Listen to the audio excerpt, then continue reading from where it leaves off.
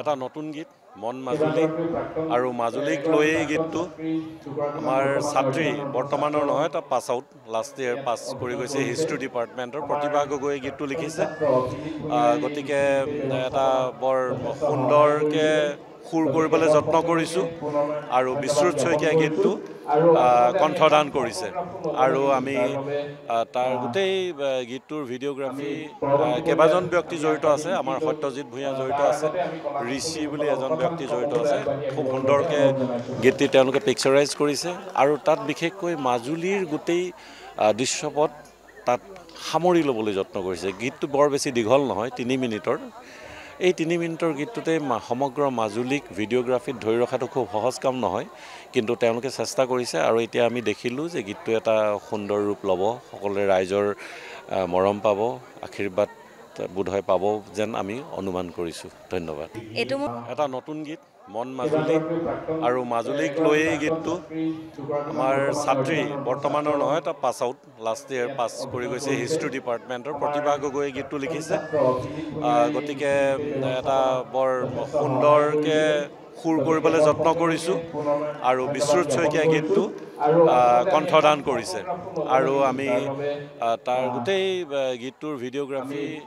কেইবাজন ব্যক্তি জড়িত আছে আমাৰ সত্যজিৎ ভূঞা জড়িত আছে ঋষি বুলি এজন ব্যক্তি জড়িত আছে খুব সুন্দৰকৈ গীতটি তেওঁলোকে পিকচাৰাইজ কৰিছে আৰু তাত বিশেষকৈ মাজুলীৰ গোটেই দৃশ্যপট তাত সামৰি ল'বলৈ যত্ন কৰিছে গীতটো বৰ বেছি দীঘল নহয় 3 মিনিটৰ এই 3 মিনিটৰ গীতটোতে সমগ্ৰ মাজুলীক ভিডিঅ'গ্ৰাফিত ধৰি ৰখাটো খুব সহজ কাম নহয় কিন্তু তেওঁলোকে চেষ্টা কৰিছে আৰু এতিয়া আমি দেখিলোঁ যে গীতটো এটা সুন্দৰ ৰূপ ল'ব সকলোৱে ৰাইজৰ মৰম পাব আশীৰ্বাদ বোধহয় পাব যেন আমি অনুমান কৰিছোঁ ধন্যবাদ এইটো মোৰ প্ৰথম গীত হয় আৰু এইটো প্ৰথম গীতটো লিখাৰ ক্ষেত্ৰত বহুজনে সহায় কৰিছিলে আৰু মানে সাহস দিছিলে বিশেষকৈ মানে নিৰুদ বৰুৱা ছাৰৰ কথা ক'বই লাগিব তেখেতৰ সাহস আৰু অনুপ্ৰেৰণাতে গীতটো লিখা হৈছিলে গতিকে বহুত ভাল লাগিছে প্ৰথম গীত মোৰ তাকে বৰ্তমান সময়ৰ এজন প্ৰথিতযশা মানে এজন জনপ্ৰিয় কণ্ঠশিল্পী তেখেতে গীতটি গাইছে গতিকে খুব ভাল লাগিছে এটা নতুন গীত মন মাজুলী আৰু মাজুলীক লৈয়ে গীতটো আমাৰ ছাত্ৰী বৰ্তমানৰ নহয় এটা পাছ আউট লাষ্ট ইয়েৰ পাছ কৰি গৈছে হিষ্ট্ৰী ডিপাৰ্টমেণ্টৰ প্ৰতিভা গগৈয়ে গীতটো লিখিছে গতিকে এটা বৰ সুন্দৰকৈ সুৰ কৰিবলৈ যত্ন কৰিছোঁ আৰু বিশ্বৰুত শইকীয়া গীতটো কণ্ঠদান কৰিছে আৰু আমি তাৰ গোটেই গীতটোৰ ভিডিঅ'গ্ৰাফী কেইবাজন ব্যক্তি জড়িত আছে আমাৰ সত্যজিৎ ভূঞা জড়িত আছে ঋষি বুলি এজন ব্যক্তি জড়িত আছে খুব সুন্দৰকৈ গীতটি তেওঁলোকে পিকচাৰাইজ কৰিছে আৰু তাত বিশেষকৈ মাজুলীৰ গোটেই দৃশ্যপট তাত সামৰি ল'বলৈ যত্ন কৰিছে গীতটো বৰ বেছি দীঘল নহয় 3 মিনিটৰ এই 3 মিনিটৰ গীতটোতে সমগ্ৰ মাজুলীক ভিডিঅ'গ্ৰাফিত ধৰি ৰখাটো খুব সহজ কাম নহয় কিন্তু তেওঁলোকে চেষ্টা কৰিছে আৰু এতিয়া আমি দেখিলোঁ যে গীতটো এটা সুন্দৰ ৰূপ ল'ব সকলোৱে ৰাইজৰ মৰম পাব আশীৰ্বাদ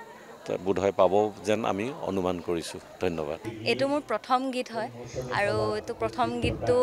লিখাৰ ক্ষেত্ৰত বহুজনে সহায় কৰিছিলে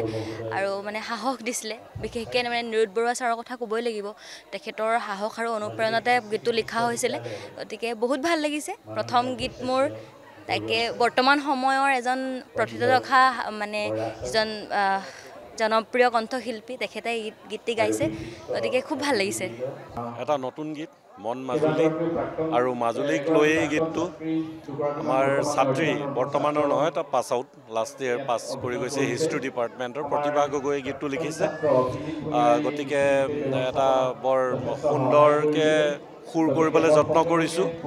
আৰু বিশ্বৰুত শইকীয়া গীতটো কণ্ঠদান কৰিছে আৰু আমি তাৰ গোটেই গীতটোৰ ভিডিঅ'গ্ৰাফী কেইবাজন ব্যক্তি জড়িত আছে আমাৰ সত্যজিৎ ভূঞা জড়িত আছে ঋষি বুলি এজন ব্যক্তি জড়িত আছে খুব সুন্দৰকৈ